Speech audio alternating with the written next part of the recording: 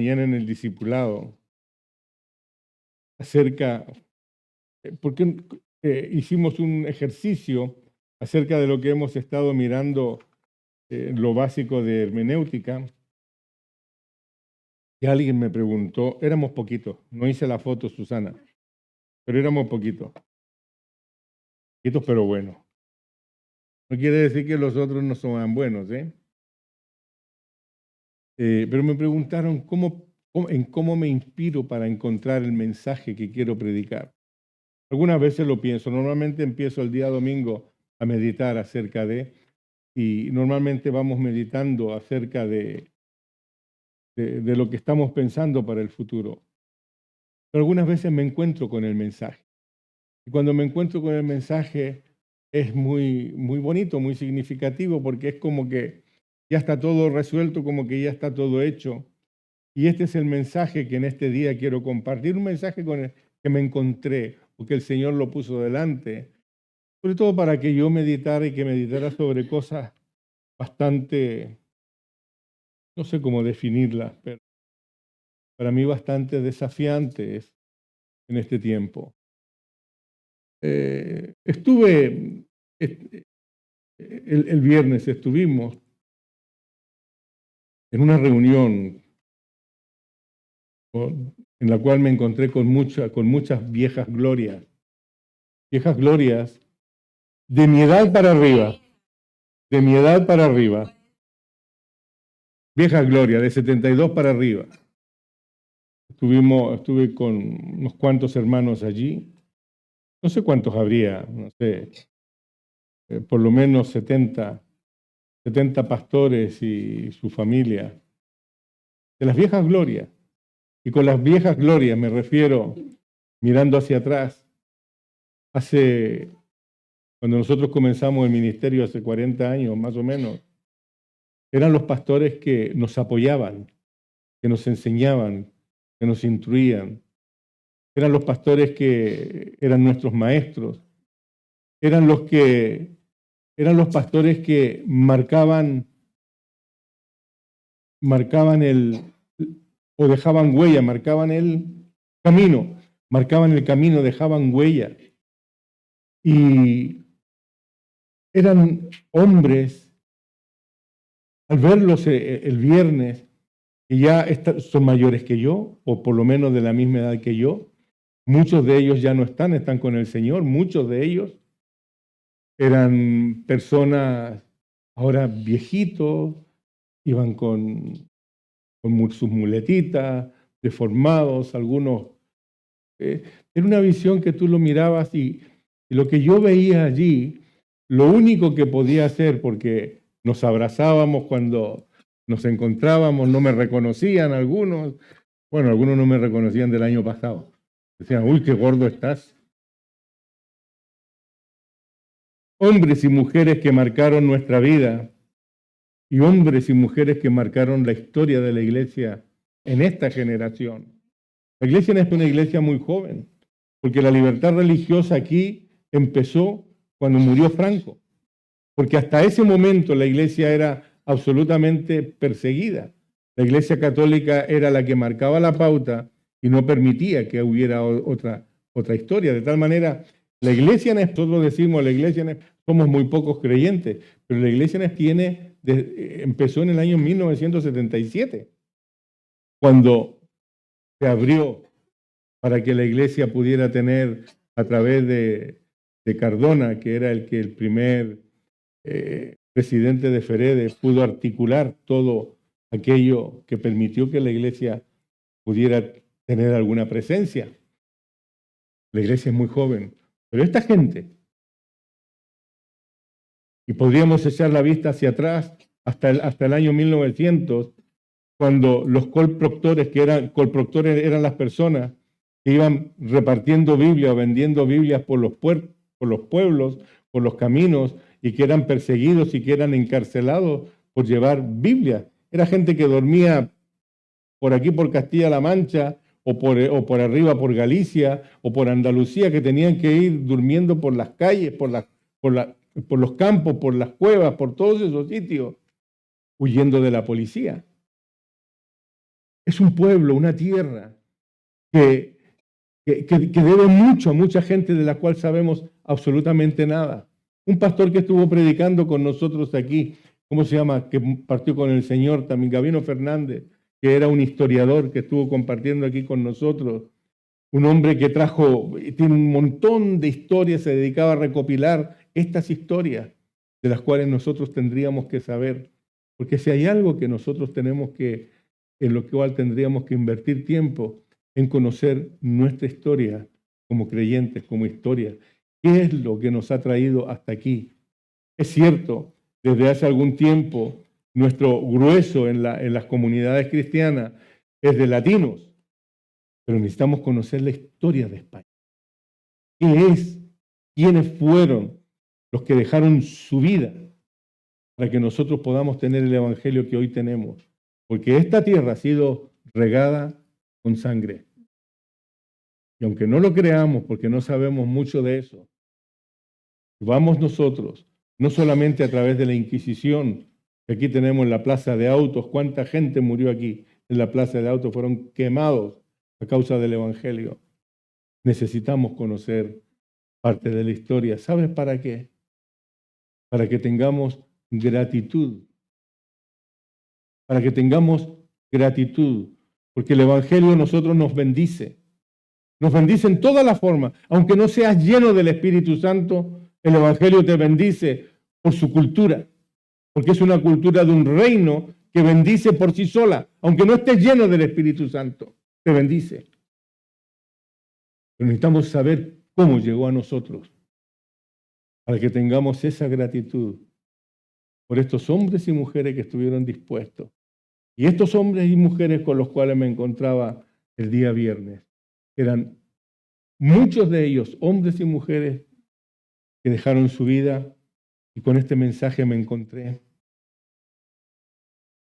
para compartir hoy con vosotros.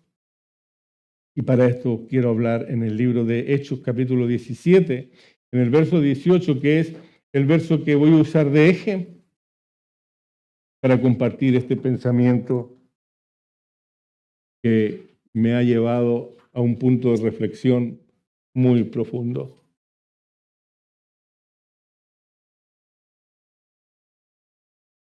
Libro de Hechos, capítulo 17, en el verso 6.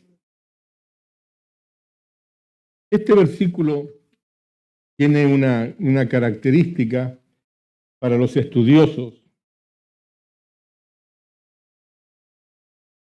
puesto que este versículo se convirtió para los exégetas y los eruditos en el modelo de Dios para el liderazgo. Dice así. La parte en la cual me voy a centrar es: estos que trastornan el mundo entero también han venido acá. Estos que trastornan el mundo entero han venido acá.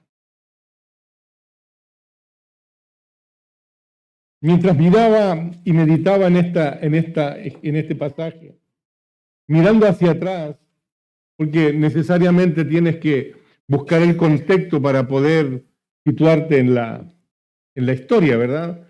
Porque el versículo así no tiene mucho, o puedes sacarle mucho, pero no tiene mucha chicha. Entonces, si te vas un poquito atrás, desde que a Timoteo lo han sacado, Pablo y Silas van adelante.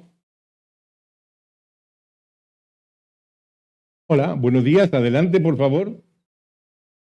Bienvenidos. Buenos días, buenos días. Tenemos que a Timoteo lo agarra Pablo y Silas, y lo primero que hacen, ¿sabe lo primero que hace Pablo y Silas con Timoteo? Circuncidarlo. En vez de darle un abrazo de bienvenida, los circuncidan a causa de los judíos que había por allí cerca, ¿no? Para que los pudiera acompañar, aunque no estaba de acuerdo con la doctrina que tenía Pablo, pero a causa de los judaizantes y los judíos necesitaron circuncidarlo. Así que el pobre, qué bien lo pasó. Pero cuando empiezas a mirar estos dos hombres que quieren servir al Señor, que quieren trabajar, que quieren traer la enseñanza, la revelación de la gracia, cuando empiezas a mirar lo que ha ocurrido es que ellos quieren ir a predicar a un determinado sitio y no pueden. No pueden. No porque no quieran, no puedan. ¿Y sabes quién se lo prohíbe? ¿Quién se lo impide? Nada menos que el Espíritu Santo. El Espíritu Santo les impide que vayan a predicar por aquí, les impide que vayan a predicar por allá. Y hasta que no aparece una visión de un varón macedonio que les dice, ven y ayúdanos, ellos no deciden tomar la iniciativa de ir hacia Macedonia. Siempre habían querido hacer lo que Dios les había mandado. Y mira lo que ocurre. Después que ya saben dónde tienen que ir, después que quieren predicar, después que se ponen en marcha, lo que ocurre no es que nadie los recibe bien. Primero, son encarcelados en Filipo. Los maltratan, les azotan, los meten al final de la cárcel y ahí están los siervos del Señor que están obedeciendo al Señor. Van a Macedonia y lo agarran allí en Filipos. Los meten en la cárcel, los azotan, viene el terremoto, el Señor los libera, se convierte el carcelero. Después que los dejan ir, cuando nosotros miramos, vemos allí que en Tesalónica vuelve, después de estar predicando, los judíos se rebelan nuevamente y los vuelven a perseguir. Tienen que salir huyendo, patitas, ¿para qué te quiero? ¿Y qué es lo que ocurre? Llegan hasta Berea. Entre tanto, se produce esta situación donde dicen, estos que trastornan el mundo entero también han venido acá. Levantan, incitan al pueblo para que persigan a Pablo y a Silas. Y cuando Pablo y Silas se van a Berea, nuevamente estos que los han acosado allí en Tesalónica, los vuelven a acosar aquí en Berea. ¿Esto qué me hace pensar? Y podríamos seguir, ¿verdad? Que cada vez que nosotros vamos a obedecer lo que el Señor nos manda, de anunciar su verdad, anunciar su palabra, alguien se va a levantar en contra y no lo va a hacer de cualquier manera, lo va a hacer con violencia, de una manera muy. Y uno se pregunta, pero si el mensaje que nosotros transmitimos no es ¿cuál es nuestro mensaje? ¿Amarás a tu prójimo como a ti mismo? El mensaje que Jesús nos dejó para predicar, no pon la otra mejilla. No, ni por lo menos si me dejara llevar una espada. No, tengo que poner la otra mejilla. Y porque trata de manifestar el amor con el cual Cristo nos ha amado, recibimos a cambio lo que pensamos que nunca podríamos recibir. ¿Qué cosa? Es que el Evangelio es como el mundo al revés, ¿verdad? Porque es una línea de pensamiento que no tiene que ver con el sistema en el cual vivimos. Viene del corazón de Dios y el corazón de Dios es el corazón que ama por excelencia y nos manda a nosotros amar por excelencia. Y por esa causa, como decía Pablo más adelante, por esta causa somos vituperados, somos maltratados, nos persiguen por todas partes. Fijaros que ahora en Irlanda ya no se han prohibido los colegios religiosos, los católicos y los evangélicos. Si usted mira, ayer me lo comentaba ayer, Jorge no lo había visto, en Francia, ayer fue, o esta semana, se ha levantado por todo París, se ha llenado de estatuas de la que denominan Lilith, que fue la primera Eva para algunos, y para otros fue, no me acuerdo quién era, Un demonio. O sea, son capaces de levantar estatuas a demonios de 14 metros cada uno, horrible, lleno, pero lleno. Si miran, y si alguien viene y predica el Evangelio, lo llevan a la cárcel, como está pasando en Londres, como está pasando en muchos países, como está pasando en Canadá, como está pasando en muchos lugares. Ahora en Chile ha salido los líderes políticos nuevos que hay ahora, están determinando que todo lo que tiene que ver con lo que la Iglesia evangélica enseña, tiene que ser quitado del medio. Sencillamente porque creemos en la familia, porque creemos en lo que creemos creemos en la vida, creemos lo que creemos. Creemos que nuestros hijos son nuestra responsabilidad y que tienen que que tienen que crecer bajo nuestra cobertura y no dejarles manipular sus mentes con la basura que tiene el sistema.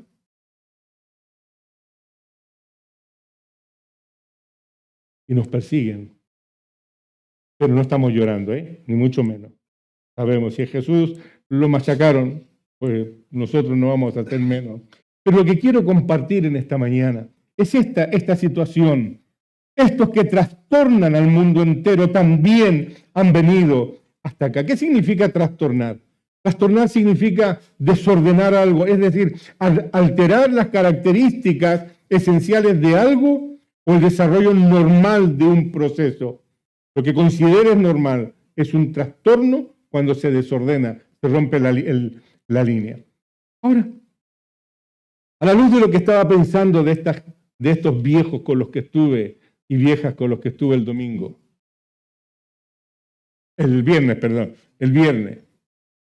Yo me acordaba de lo que es la iglesia primitiva, cuando está ocurriendo esta situación, cuando la iglesia está naciendo, cuando Pablo y Silas recorren el mundo conocido, cuando todo esto está ocurriendo, la iglesia está naciendo y están haciendo lo que están haciendo en contra de todo un sistema religioso tremendamente hostil, porque si había algo hostil, no eran los romanos, eran los judíos.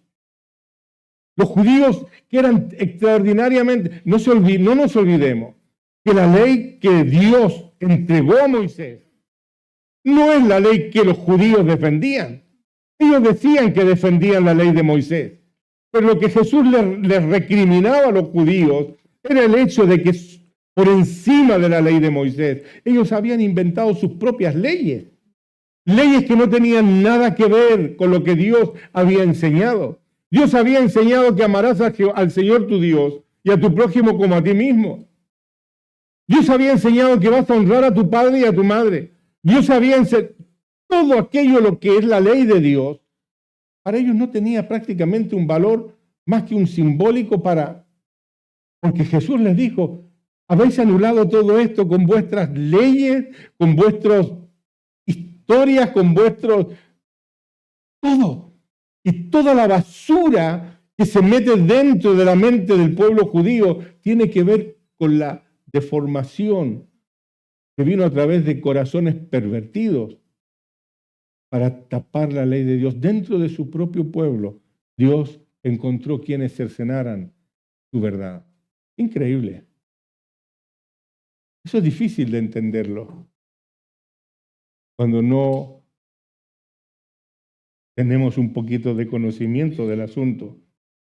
Pero hay algo con lo cual yo estoy tan de acuerdo en el sentimiento que me vino, que nosotros tenemos una deuda con la iglesia primitiva, con la iglesia de aquellos años, con la iglesia del año 2000, del año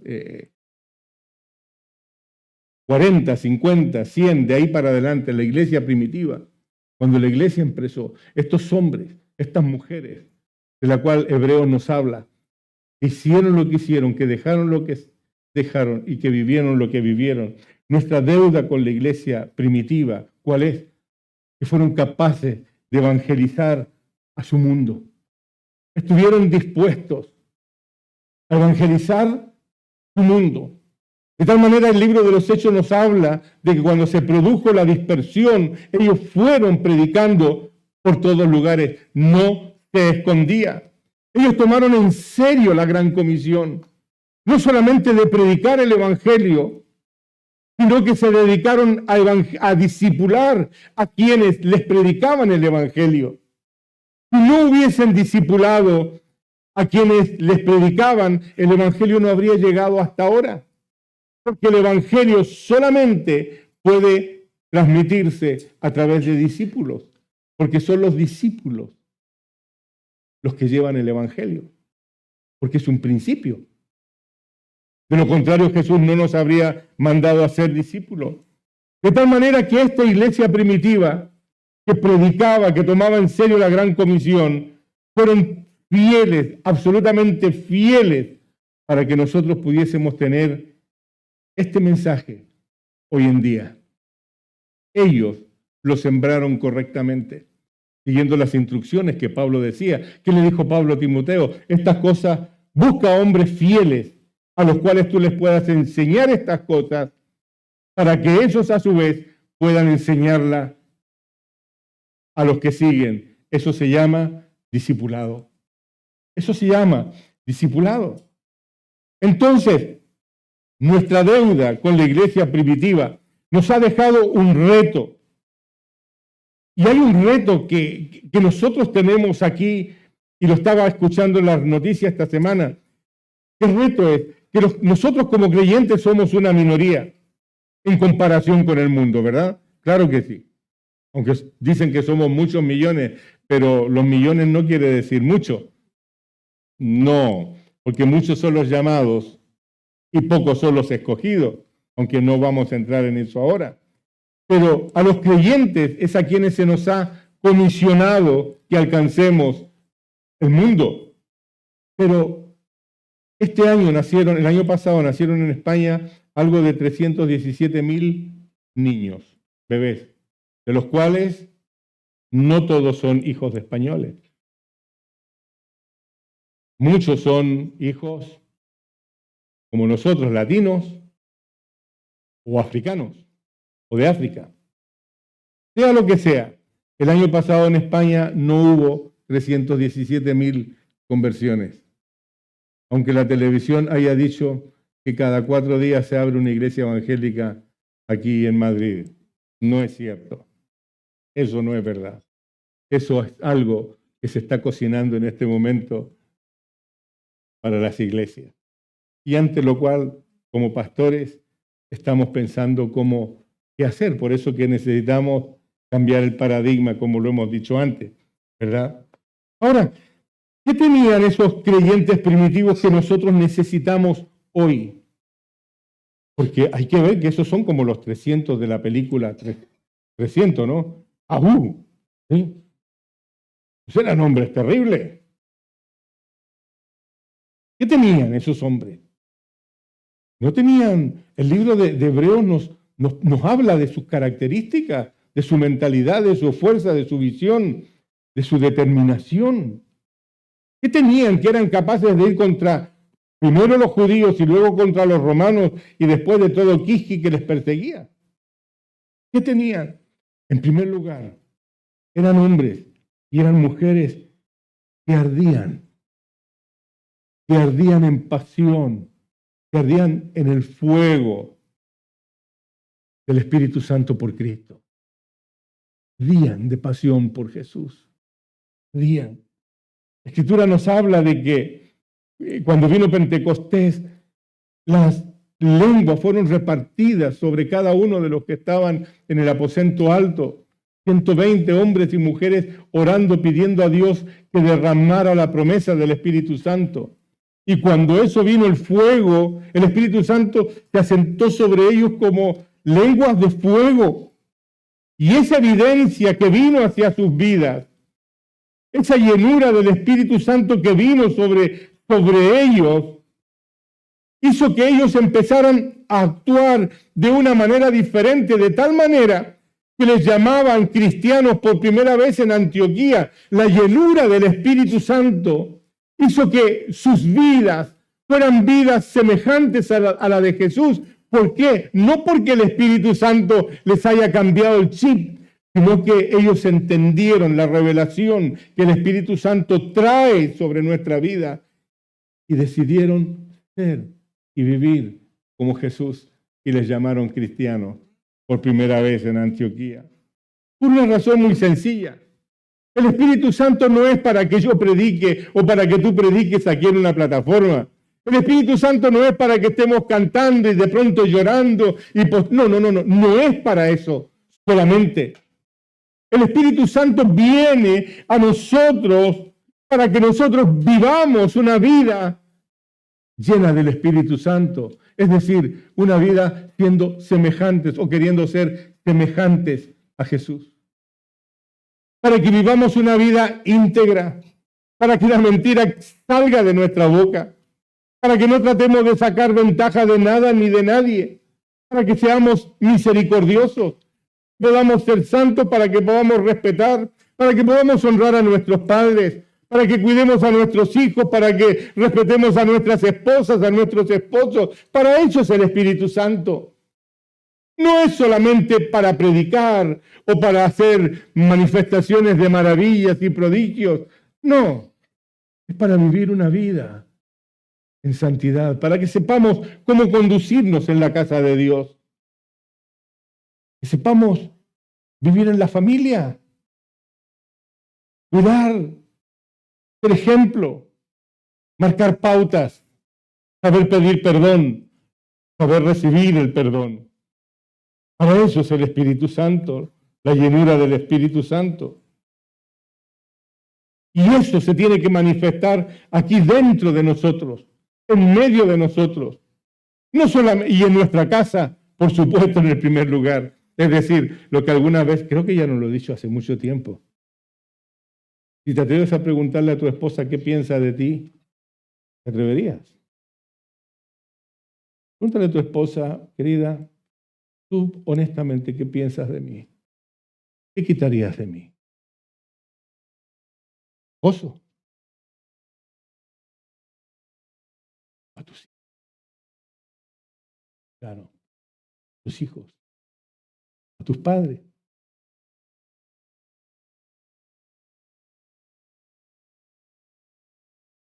La evidencia del Espíritu Santo obrando en nuestra vida. Pero como consecuencia de ese estilo de vida, entonces se añadían a la iglesia cada día los que habían de ser salvos. Porque en esa comunidad de amor, donde estamos aquí, como tratamos de vivir nosotros, cuando vivimos aquí, estamos pendientes los unos de los otros, cuando tratamos de apoyar, cuando oramos los unos por los otros. Si no podemos hacer otra cosa, oramos. Si no, visitamos o llamamos, lo que sea, donde tú sepas que tú formas parte de algo mucho más grande que tú. Tu casa tienes que ser luz y dentro de la iglesia también. Pero más en tu casa. Aquí nos encargaremos de que también lo sea. En tu casa. Ahora, ese efecto, las almas que se allegaban, porque, claro, la iglesia es muy, muy linda. Aquí es un lugar de refugio, como decimos muchas veces cuando llegamos a España en el año 79, que veníamos de una situación bastante complicada, no solamente política y económica y familiar. Cuando llegamos a la iglesia, que era una iglesia muy chiquitita, sería así, ¿no? Más chiquitito. Ahí encontramos amigos, hermanos, primos, los niños encontraron abuelos, tíos, primos. Inmediatamente dejamos de estar solos. Inmediatamente. Y desde entonces, desde el año 79 hasta hoy, tenemos una familia que está en todo el mundo. Menos mal que no tengo que hacer regalo de Navidad para todos.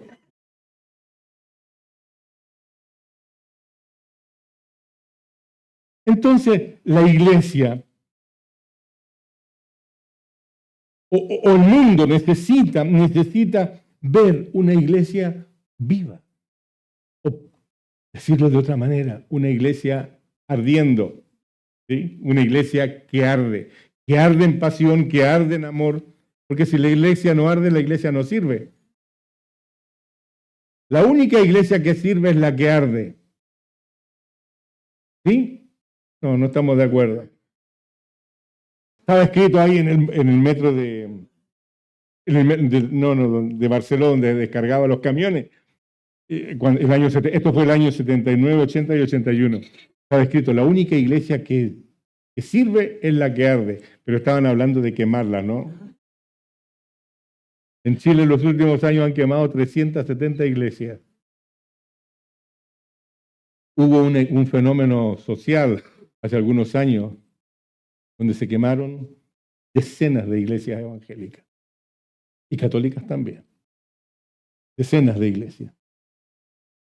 Destrozaron todo lo destrozaron.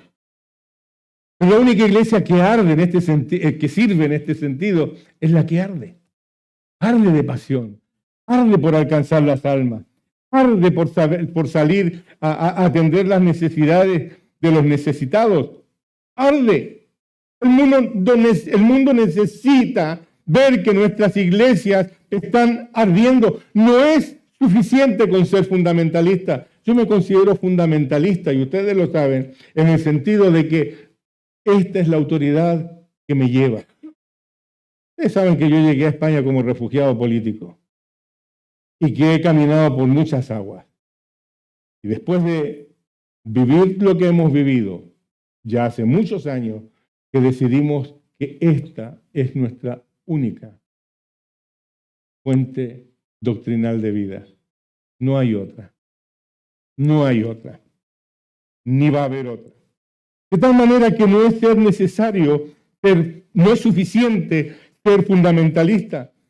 Tiene que haber fuego en nuestros corazones. No es suficiente ser sólido doctrinalmente. Porque puedo ser muy sólido doctrinalmente, pero estar absolutamente dormido.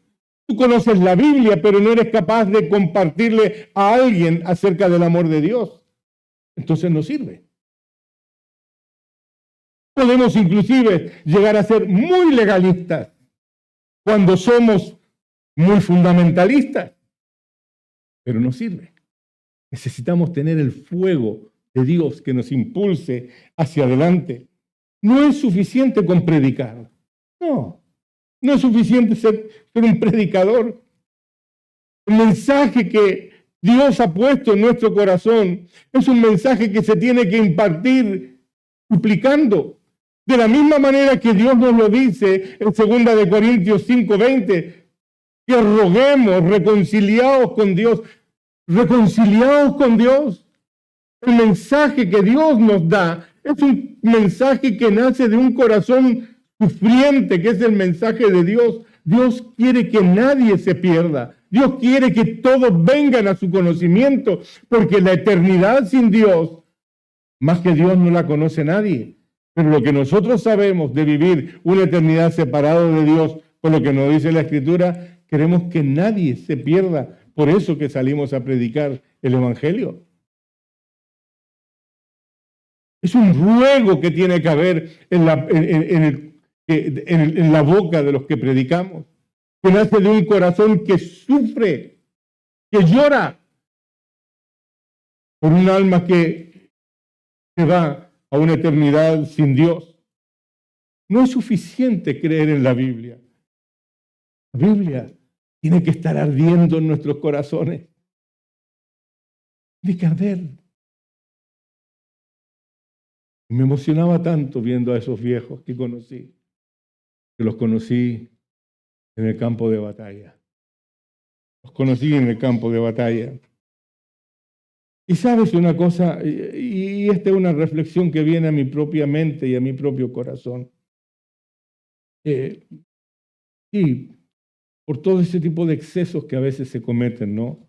Y que hay tantos excesos que algunas veces estamos viendo y que difícilmente podemos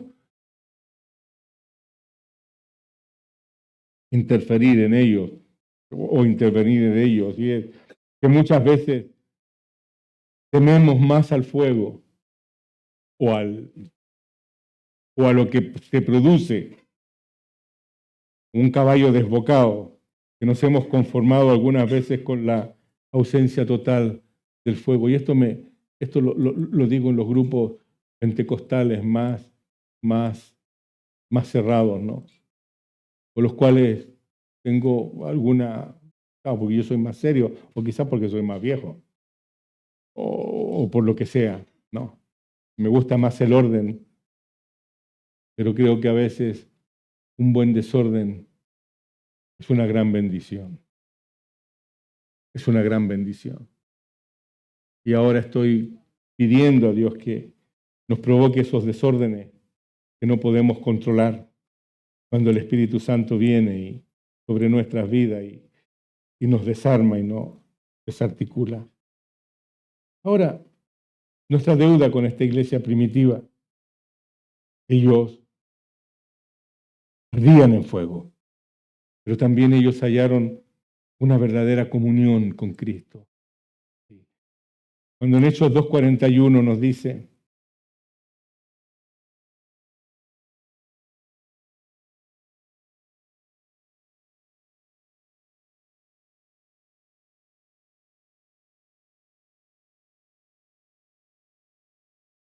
así que los que recibieron su palabra fueron bautizados y se añadieron aquel día como 3,000 personas. Y perseveraban en la doctrina de los apóstoles, en la comunión unos con otros, en el partimiento del pan y en las oraciones. Hallaron verdadera comunión en Cristo. Es decir, en Cristo estaban unidos. No estaban en la línea de pensamiento o la línea de interpretación que cada uno podía tener. Estaban unidos bajo el nombre de Cristo, en la persona de Jesucristo. De tal manera que ellos, nos dice aquí la Escritura, que perseveraban en la doctrina de los apóstoles. Es decir, el fundamento apostólico era algo que no era negociable. En ese momento era la única verdad que había. Luego aparecieron las desviaciones, pero en ese momento era absolutamente el fundamento. Hallaron la comunión los unos con los otros. Es decir, el valor que fueron encontrando, descubriendo en aquellos que tenían su mismo pensamiento, su misma pasión. Cuando compartían el pan, como lo vamos a hacer en esta mañana, cuando partían el pan, sabían que estaban partiendo lo que simbolizaba aquel que había dado su vida por ellos en la cruz del Calvario. Hallaron verdadera comunión en Cristo, porque se fueron agregando, se iban convirtiendo, y aquellos que antes estaban divididos a causa de sus pensamientos, ahora en Cristo encuentran una perfecta comunión. Gloria a Dios. Y como estamos aquí, porque hay peruanos, ¿hay algún peruano aquí? Peruano. Que sepan que el ceviche es chileno.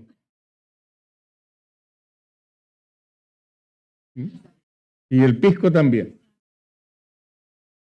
Pero antes estábamos separados porque el Huáscar lo tenemos al sur de Chile. Pero ahora podemos sentarnos y partir el pan juntos. Ya no nos importa el pisco, ya no te importa el ceviche, ya no te importa el Huáscar. Ahora somos hermanos en Cristo y podemos estar juntos disfrutando de una perfecta comunión. De tal manera que podamos celebrar el Evangelio cada día, nuestra vida diaria.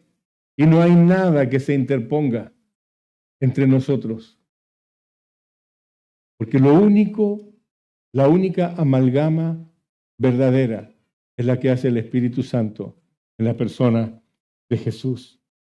¿Tenemos nosotros ese tipo de comunión? Yo creo que sí. Yo creo que esta iglesia en todas sus facetas hemos aprendido y estamos aprendiendo a ser unos en Cristo, a entender el valor del otro y a cuidarnos los unos a los otros, de tal manera que podemos decir que somos un solo cuerpo en Cristo. Y ahí estaban los viejos, otra vez con los viejos. porque representó para mí un desafío. Traje esa cosita, ¿se acuerdan? Lo que nos dieron como reconocimiento a los 40 años de trabajo que hemos tenido aquí, en esta tierra. Yo miraba a estos hombres, estas mujeres, que los conozco. De muchos sé lo que les ha costado. Porque ahora predicar el Evangelio, y no lo digo menospreciando ni mucho menos, pero vemos cómo hay organizaciones que traen mucho dinero y hay mucho dinero para hacer cosas y dinero que yo no estoy de acuerdo que se use de esa manera. No estoy de acuerdo. Quizás porque sé lo que ha costado para nosotros el predicar el Evangelio sin dinero. Porque toda esta gente con la que me encontraba, cada uno de nosotros comprábamos nuestros folletos, comprábamos, dábamos, comprábamos los equipos de sonido, alquilábamos los locales comerciales. Nosotros teníamos una fábrica y de nuestra fábrica, donde ella trabajaba con nuestros hijos y uno de los pastores que hay aquí en Madrid, de una iglesia muy grande también, que trabajaba con nosotros, salía el dinero de nuestros talleres, de nuestras fábricas, porque entendíamos que alguien tenía que pagar el precio de llevar el Evangelio. Por eso que me cuesta tanto cuando se derrocha el dinero en tanta cena. Cuidado, a mí me molesta. Sé que otros lo aceptan y lo que sea, ¿no? Esta gente que ha tenido que pagar un precio tan alto para que yo pueda escuchar el Evangelio. Los maestros que yo tuve, los primeros maestros que yo tuve en teología, eran hombres, teníamos las clases a las 10 de la noche. ¿Sabe lo que es entrar a clase? No, perdón, a las 9 de la noche. ¿Sabe lo que es entrar a estudiar a las 9 de la noche? Con predicadores que no te predican 45 minutos, 2 horas para arriba. Y llegábamos a casa a las 12:30, 1 de la mañana, y habíamos estado embelesados estudiando para levantarnos al día siguiente a las 4:30, 5, para irnos a trabajar. Y al día siguiente lo mismo, porque entendíamos el valor de lo que estábamos recibiendo. Y si estos hombres están dispuestos a enseñarnos, a dejar su dinero, yo estoy dispuesto a sentarme a aprender con ellos ahí.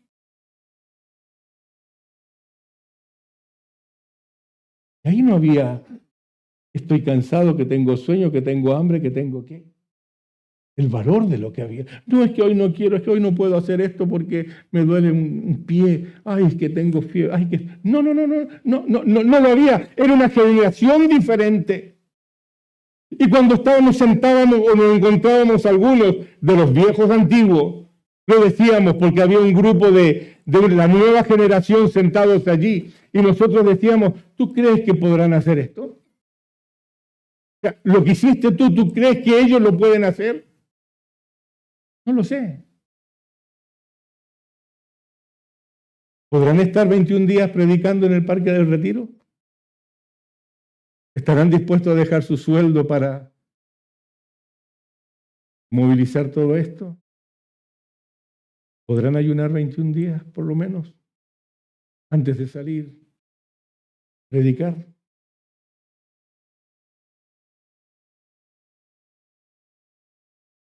No es que eso no lo traje por vosotros, lo traje por mí. 40 años sirviendo con nuestros hijos y dejando lo que teníamos para que el Evangelio llegara. Dios nos permitió abrir muchas iglesias, nos permitió movilizar muchos pastores, nos permitió levantar muchos líderes, nos permitió alcanzar con el mensaje de salvación cientos de almas que fueron añadidas durante todos esos años, cientos de almas. Teníamos miles de personas que habían recibido al Señor, que no pertenecían a ninguna iglesia. Era el trabajo de los viejos. Estos eran los que nos arropaban, los que estaban allí, eran los que nos arropaban, esos que ahora ya no pueden caminar. Y estos viejos no es gente que se vea en otras reuniones. No se ven, no se ven. ¿Sabes por qué? Porque ya somos viejos. Porque ya nuestra experiencia ya no sirve, ya no es como que si ya no fuera válida. Por eso que necesitamos recordar la historia de la iglesia para saber quiénes fueron los que sembraron sus vidas, para que nosotros podamos tener el Evangelio. Y perdonadme, no me estoy elevando, solamente quiero graficar estas cosas. Dice ahí en Hechos capítulo 4, en el mismo libro de los Hechos, en el capítulo 4, en el verso 18 al 20, porque los habían cogido presos nuevamente, los habían llevado ante el concilio, y al ver que no podían con ellos, porque ahí estaba la evidencia de lo que allí había, no los pudieron dejar en la cárcel, pero les intimaron para que no siguieran predicando el nombre de Jesús. Y esto dice del verso 17, sin embargo, para que no se divulgue más entre el pueblo, amenacémosle para que no hablen de aquí en adelante a hombre alguno en este nombre. Y llamándoles, les intimaron que en ninguna manera hablasen ni enseñasen en el nombre de Jesús. Mas Pedro y Juan respondieron diciéndole, juzgad si es justo delante de Dios obedecer a vosotros antes que a Dios, porque no podemos dejar de decir lo que hemos visto y lo que hemos oído. No podemos. Da lo mismo que me metas en la cárcel. Da lo mismo que me llenes de azotes. Da lo mismo. Yo no puedo dejar no puedo cubrir, no por un beneficio que pueda recibir. No puedo. Me acuerdo que una de las veces que estábamos predicando en el Parque del Retiro, sí, había mucha gente y de pronto llegan como 10 autos, ¿qué se llaman? Los coches de la policía, ¿cómo se llaman? Bueno, ¿qué se llamaban, no? Y se bajan un montón de policías con sus metralletas y nos rodean. Estábamos predicando. No estábamos asaltando a nadie. Estábamos ahí en la fuente de los Galápagos, a la entradita. Bajan un montón de coches con sus metralletas. Yo me puse a temblar, ¿no? ¿Para qué voy a decir? Pero ahí estaba José Luis Sanz, el pastor de Salem, que él estaba bien puesto y él conocía bien en ese momento las leyes y andaba siempre con la Constitución en la mano donde decía esto, y él se enfrentó a la policía. No fue la única vez que vinieron. Volvieron por eso. Estábamos rodeados de drogadictos, gente traficando. No les interesaba. Solamente les interesaba que no predicáramos el Evangelio. Desde entonces no volví a pedir permiso nunca más. Nunca me dieron permiso. Pero no lo volví a pedir nunca más. No podemos dejar de decir, ¿cómo yo voy a dejar de decir a la gente, al mundo, lo que ha pasado con mi vida si Dios transformó mi casa, me transformó a mí? Porque Él vino a mi vida y que estoy con mi esposa, con mis hijos, con mis nietos. Nietos que nos honran, que nos cuidan, que nos guardan. Porque Cristo vino a mi vida es que no soy un pato perdido por ahí. Podría haber sido cualquier otra cosa. ¿Cómo voy a dejar de decir lo que Dios ha hecho en mi vida?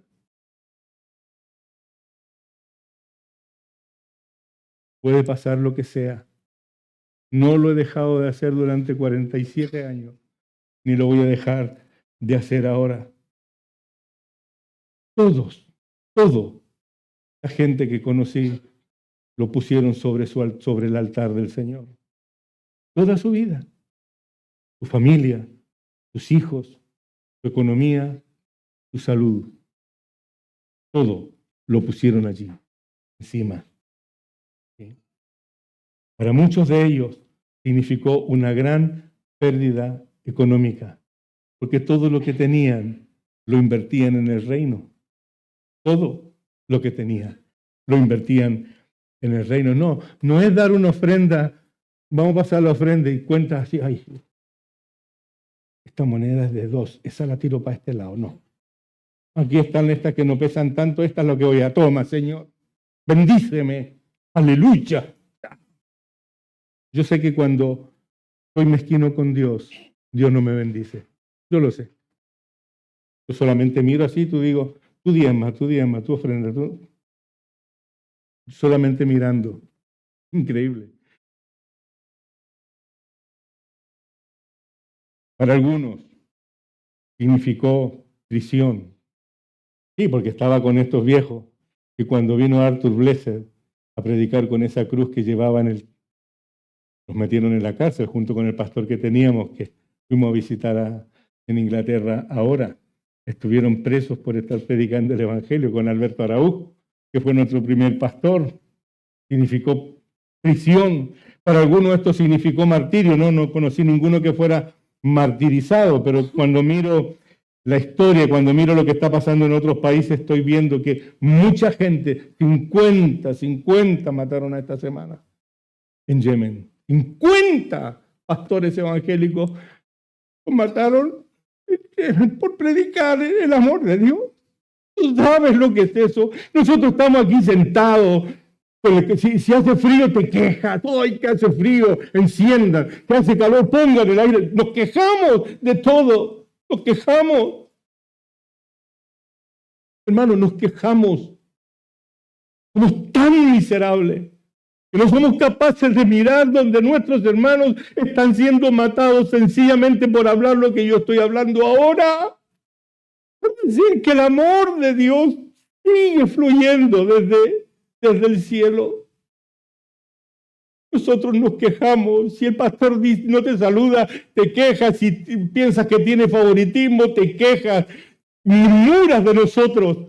No tienes ni una vergüenza. Te quejas, vives con tus miserias, abrazando tus miserias y no piensas de que hay gente que está muriendo por el Evangelio. Y quieres que escuchemos la basura que estás alimentando dentro de ti.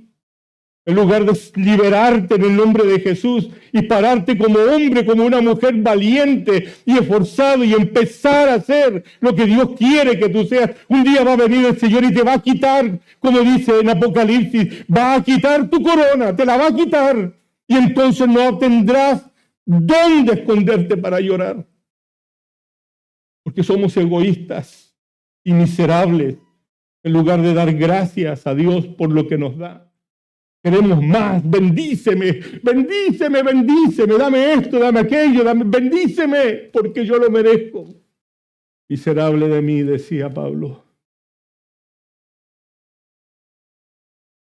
Si solamente pudiéramos tener la capacidad de mirar lo que está pasando al otro lado.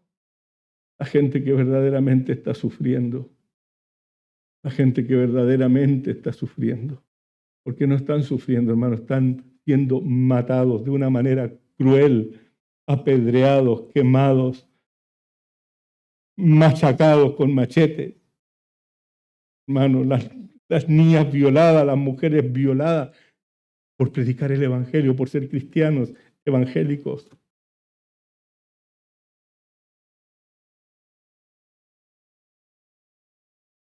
Para ellos significa el martirio. Y es de lo que nos habla la Escritura, que ellos nos preceden, van a ir antes que nosotros delante del Señor. Pero hay algo que sí yo sé. Y cuando yo miro estos testimonios, entiendo por qué fueron tan eficaces. Esos pastores no han tenido la escuela de formación que yo he tenido. He estudiado 5 años en un seminario, he hecho muchos cursos, muchas historias, muchas iglesias. Hemos abierto, hermano, usted no sabe, usted no tiene idea lo que el Señor nos ha permitido hacer. Usted no tiene idea, no saben. Pero eso no sirve de nada delante de Él.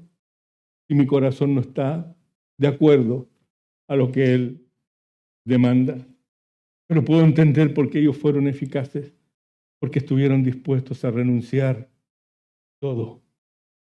Y cuando miras la biografía de estos hombres que tantas veces recomiendo que lean, nos damos cuenta por qué el poder de Dios se manifestaba a través de sus vidas de la manera que lo hacía.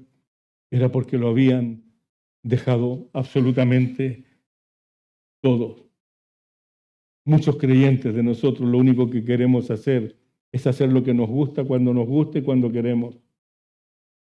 Lo único que queremos hacer es salvar nuestras vidas y tener nuestro reposo y tener nuestro descanso. Pero Jesús dijo, el que quiera salvar su vida la va a perder. No te equivoques, no te equivoques. Dios no juega a las escondidas. Jesús no juega a las escondidas. Se pierde la vida. Nunca terminan de comprometerse ni con Dios, ni con su obra. Un pie aquí, y si no está muy calentita, si el agua no está a los 35 grados, pues no me gusta. Está como me gusta, sí, si no, no.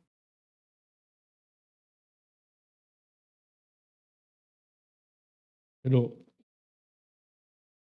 pierden la vida. ¿Sabes qué significa perder la vida? No necesariamente que el Señor te quite la vida, como habla en Corintios cuando participamos de una manera fraudulenta del partimiento del pan. La vida, el gozo, la alegría, la esperanza, la seguridad, la certeza de que eres hijo de Dios, lo pierdes. Vives pensando, ¿seré hijo de Dios? Es como cuando les pregunto que no me respondan, si tú mueres hoy y llegas al cielo y el Señor te dice, ¿por qué te tengo que dejar entrar al cielo? ¿Qué le vas a decir? ¿Entras o no entras? ¿Qué seguridad tienes de que vas a entrar?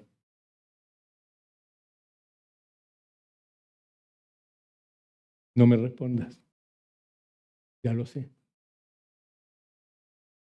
Pero no solamente pierden la vida abundante que Dios nos da, porque Jesús dijo, el que cree en mí de su interior correrán ríos de agua viva. ¿Y qué quiere decir ríos de agua viva? Que correrán. No dice que va a correr un poquito y que luego se va a estancar. No, está hablando de que correrán desde el momento en que Cristo viene a tu vida. En el momento en que el Espíritu Santo te llena, tú te conviertes en una fuente que salta para vida eterna. Es decir, hay una continua experiencia de vida, solvencia de vida, solvencia de gozo, solvencia de lo que sea. Da lo mismo lo que estés pasando. Hay esperanza, y la esperanza que Dios te da es una esperanza que no te avergüenza, de tal manera que no hay lugar para andar con las orejas para abajo, porque el gozo del Señor es tu fortaleza, es lo que te mueve, es lo que te lleva. Y si tú me dices que eres cristiano, nacido de nuevo, lleno del Espíritu Santo, y andas con las orejas para abajo, querido, es una contradicción, porque no es lo que dice la palabra. El Señor dice que hay dos tipos de tristeza: la que te lleva a la salvación por el arrepentimiento y la que te condena. No hay más. La que te condena es la que hace que la verdad de Dios no se manifieste en tu vida. Pero no solamente pierdes la vida, sino también pierdes el impacto por Cristo, de Cristo.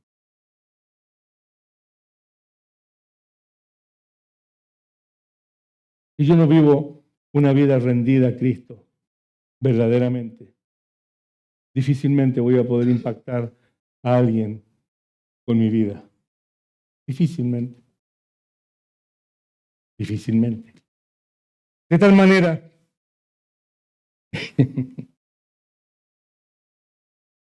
vaya predicación que he hecho hoy.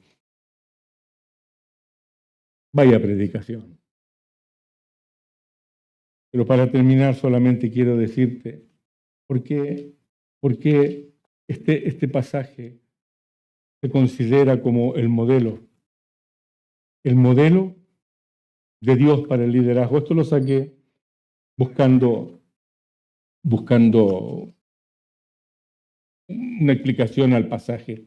El liderazgo efectivo y genuino se aprende. Por eso que es tan importante lo que vamos a hacer en este tiempo ahora, que es trabajar con grupos celulares y discipular de una manera efectiva y profunda a cada uno de nosotros. Lo vamos a hacer. El liderazgo efectivo y genuino se aprende de la palabra de Dios, se desarrolla a través de hacer discípulos, se alimenta en la iglesia de Dios y luego se envía al mundo, se envían al mundo. Cuando esto sucede, podemos anticipar una reproducción consistente de líderes que se multiplican y que han sido transformados por el liderazgo bíblico. Es la reacción en cadena del liderazgo de Dios. Un líder transformado produce más líderes transformados, líderes que han sido formados en la iglesia y luego enviados a impactar el mundo. Por la gracia de Dios, se convertirán en agentes de cambio y el proceso se repetirá continuamente como Dios se lo propuso. Al aplicar fielmente el modelo de Dios revelado en la palabra de Dios, la iglesia puede de nuevo trastornar al mundo.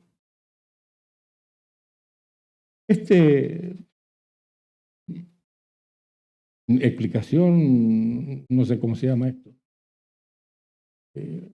apunta, porque dentro de la iglesia hay muchos modelos de liderazgo que se desarrollan basándose en técnicas de marketing. Hay gente de marketing muy buena, que si tú eres un vendedor, tú eres un empresario, lo que sea, son muy efectivos.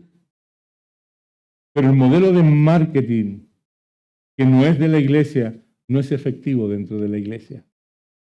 Nosotros necesitamos el modelo que la Escritura nos enseña, porque esto es el Espíritu de Dios, lo que nos va a llevar a hacer lo que Dios quiere que nosotros hagamos.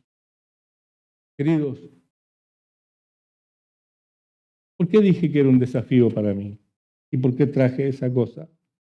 Porque hay algo que ha quedado pendiente en mí de hacer, algo con lo cual que ni Paula lo sabe, algo que me comprometí hace muchos años con Dios y que no lo he hecho.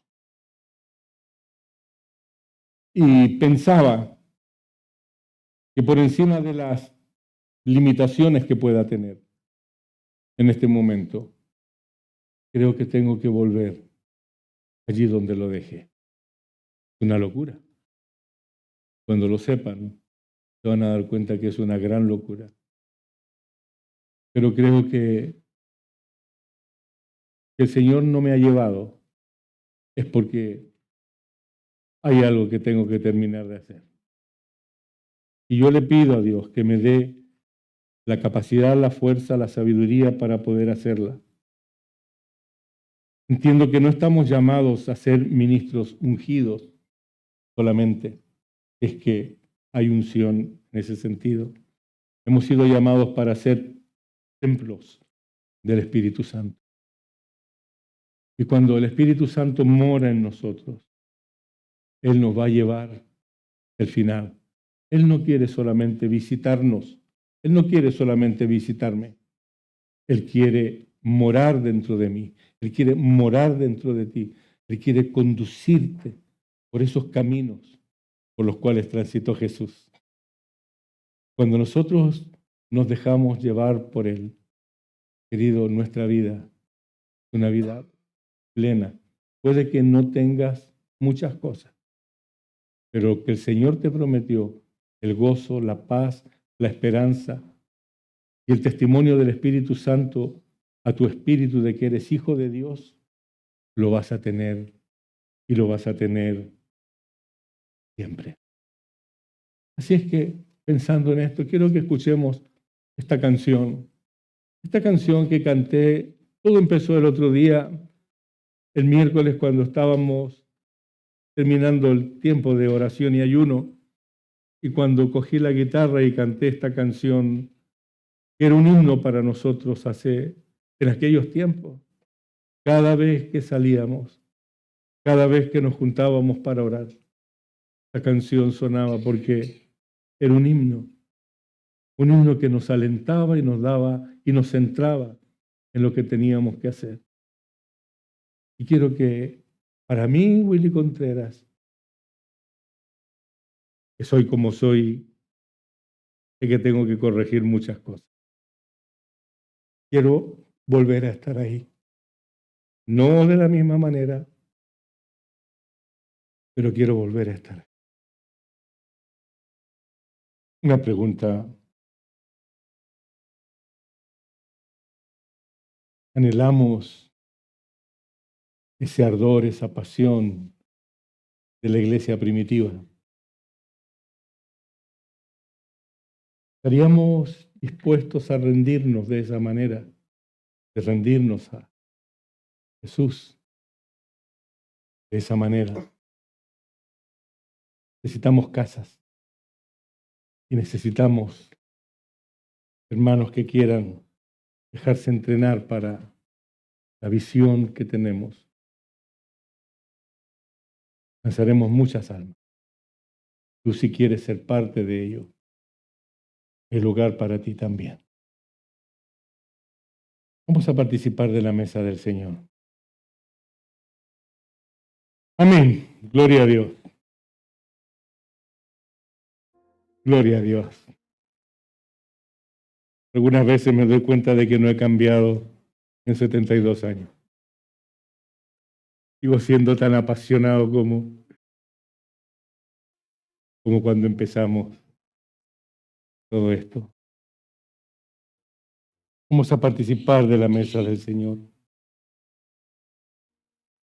Como lo decimos siempre, esta es la mesa de los hijos de Dios, que Jesús dejó institucionalizado, por decirlo de alguna manera, algo que teníamos que hacer cada vez que nos juntáramos, algo que vamos a empezar a hacer cuando empecemos a reunirnos en nuestras casas para hacer iglesia en nuestras casas.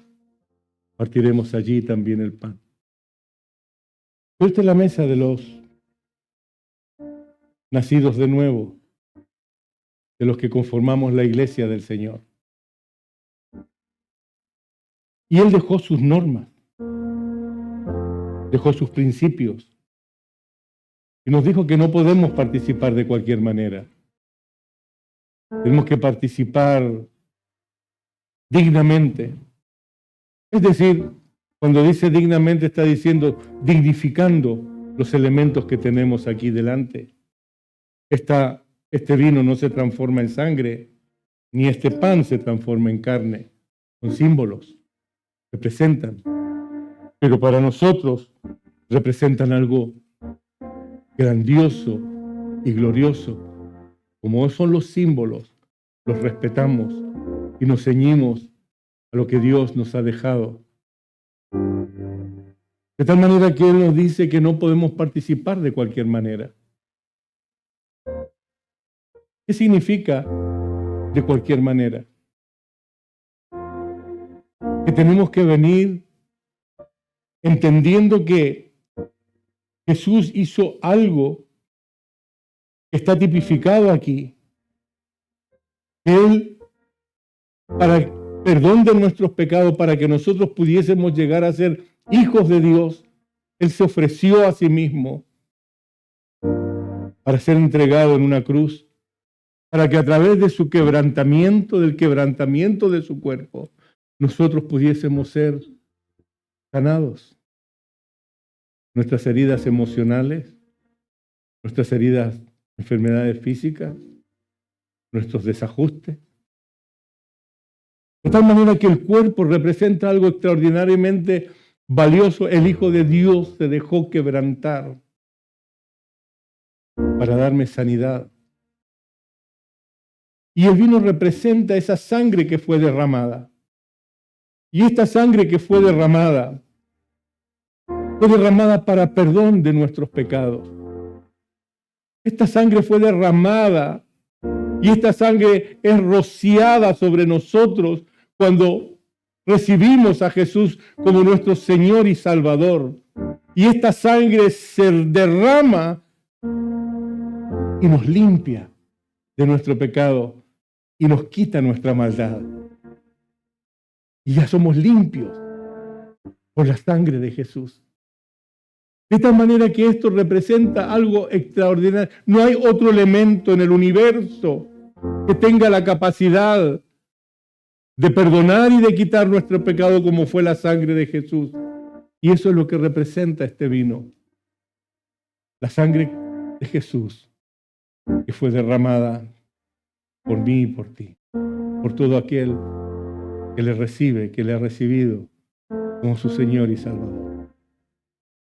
Por eso que nos dice que no podemos participar indignamente, sin valorar, sin apreciar.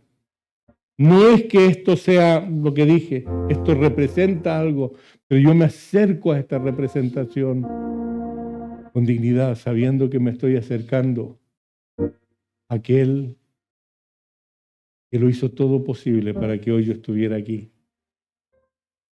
De tal manera, haciéndolo más sencillo, como lo decimos todas las veces. Hay pastores que hablan de esto muy bonito. Cuando viene mi pastor aquí, dice cosas muy bonitas. Pero yo solamente digo, si tú tienes algo contra tu hermano, ve, pídele perdón y arréglalo. Si no estás dispuesto a pedir perdón o a perdonar, no participes de la mesa. ¿Por qué? Porque dice que si nosotros participamos de esa mala, con malaje, entonces vamos a tomar juicio para nosotros. Juicio para ti, juicio. ¿Y qué significa juicio? ¿Cuál es la consecuencia? Que algunos duermen muertos o que algunos están debilitados. Porque esto es un asunto espiritual, aunque solamente sea un símbolo. Así es que, si tú tienes algo contra mí, por lo que he dicho en esta mañana, o si tú tienes, no sé, si tienes algo contra alguien, y si la persona no está aquí, toma la decisión, determinación de arreglar las cosas. Si le robaste la cartera a una viejita, toma la determinación de ir a devolvérsela con un 20% de... Si has dejado de pagarle algo a alguien que te lo prestó por 3 días y lo tienes 4 meses, devuélveselo ya. Y bendícelo con una gratificación. ¿Entiendes? Eso significa hacer las cosas correctamente. Si has visto que alguien no tiene pan y tú has estado con 3 panes en tu casa, ve y pídele perdón y llévale el pan que él no ha tenido. Eso significa. Lo entendemos, ¿verdad? Meditemos en nuestro corazón sobre estas cosas y vamos a participar.